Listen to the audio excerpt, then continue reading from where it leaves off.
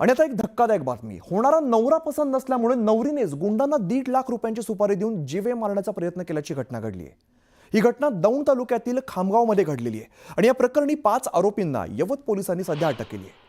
भावीवर सागर कदम हा एका हॉटेलमध्ये कुक असून सागर आणि मयुरी दांडगे यांचा विवाह होणार होता. मात्र मयुरीला सागर कदम हा पसंत नव्हता, त्यामुळे तिने सागरला जीवे मारण्याची सुपारी 1.5 लाख रुपयांना दिली होती. आरोपींनी सुपारी घेतल्यानंतर दौंड तालुक्यातील खामगाव फाटा या ठिकाणी सागरला अडवलं आणि मयुरीशी लग्न केलं तर तुला दाखवतो असं म्हणून सागरला लाकडी दांड्यांच्या सहाय्याने जबर मारहाण केली.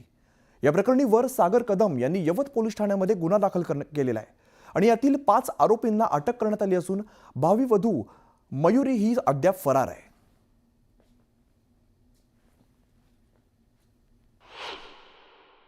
तिथून आम्ही मूवी पाहून माघारी रिटर्न येऊन मी तिला तिच्या मामाच्या मुलीच्या घरी सोडले आणि तिथून एक काही अंतरावर गेला असता, 1 किलोमीटर अंतरावर गेला असता मेन हायवेला मला काही एक 4 व्हीलर गाडीने 3-4 लोक उतरले त्या गाडीतून, मला अडवलं आणि मारायला सुरुवात केली. लाकडी दांड्याने वगैरे त्यांनी मारपीट चालू केली. त्यामध्ये माझा पाय पूर्ण फ्रॅक्चर झालेला आणि डोक्याला वगैरे पाठीला वगैरे मार लागला होता पूर्ण.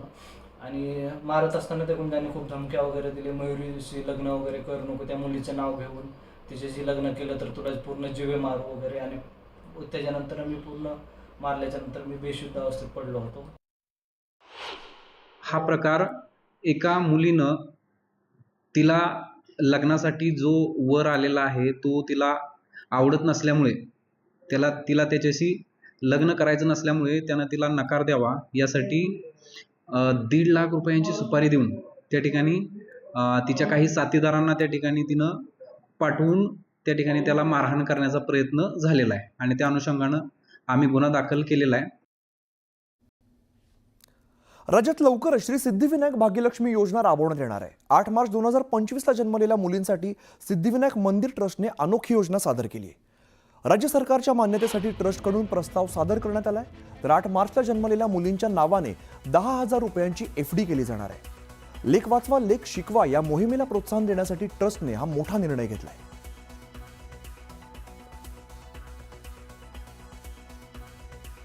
पुढे जाऊया. अखंड महाराष्ट्राचं आराध्य दैवत असलेल्या जेजुरीतील खंडोबाच्या मंदिरामध्ये भंडाऱ्याची मुक्त उधळण केली जाते. भंडारा आणि खोबऱ्याचा प्रसाद चढवला जातो. मोठ्या भक्तिभावाने भाविक भंडारा उधळत असतात.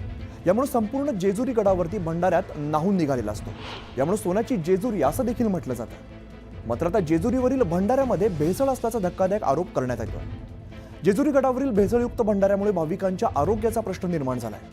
तर सरकारने भंडाऱ्यामध्ये होणारी भेसळ रोखावी अशी मागणी जेजुरीतील मार्तंड देवस्थानचे माजी मुख्य विश्वस्त शिवराज जगडे यांनी केली.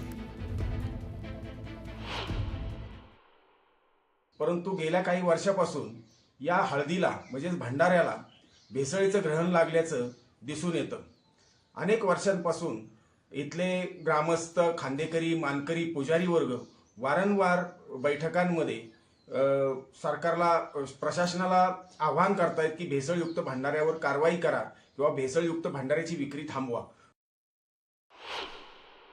त्या हवेत जाऊन समोरची गावं असतील यांच्यावरही काही परिणाम होतो का म्हणून यांच्या शंकेप्रमाणे आपण एक तपास करणं, एक तर कॉस्मेटिक म्हणा किंवा आपण त्याला फूड म्हणूनही गणलं जातं का आपण प्रत्येक डाळीत म्हणा, भाजीत म्हणा हळद टाकतो, तर नेमकं काय आहे ते बघू आपण.